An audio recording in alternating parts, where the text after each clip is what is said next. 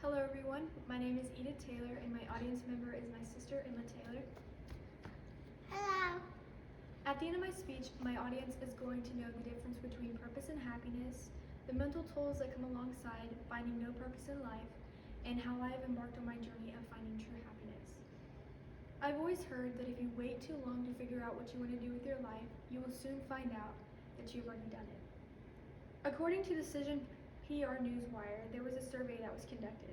In this survey, they found that overall 83% of Americans have felt the sensation of happiness and purpose in their life, while on the other hand, 16% said that they have never felt happiness ever in their lifetime.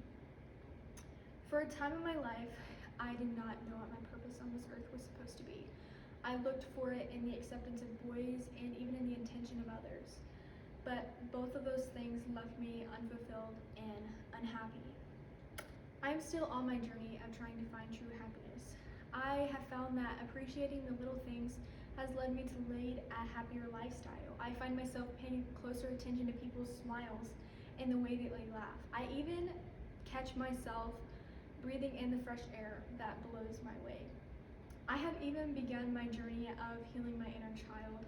I do this by listening to Disney music while I'm cleaning the house or decorating for my favorite holidays like Christmas and Halloween.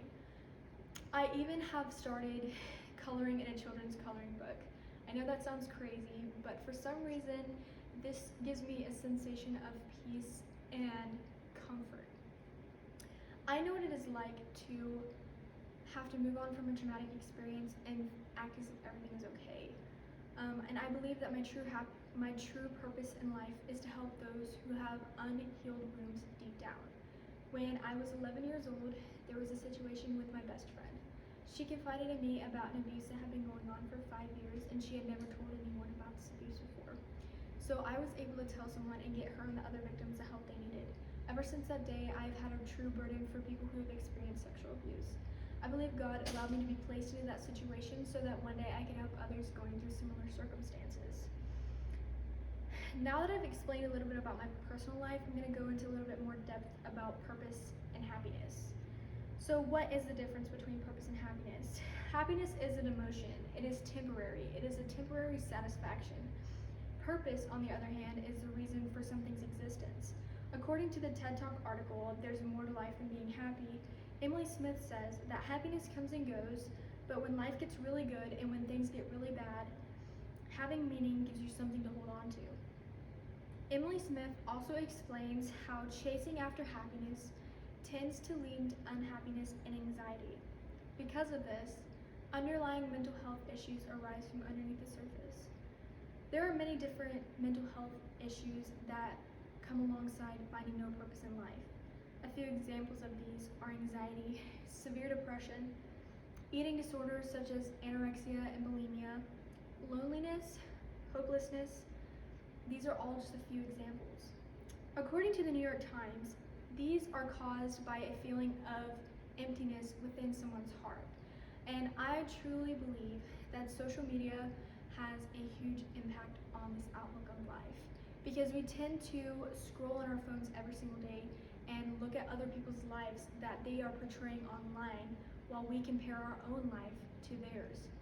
This also has a huge effect on teenage girls nowadays.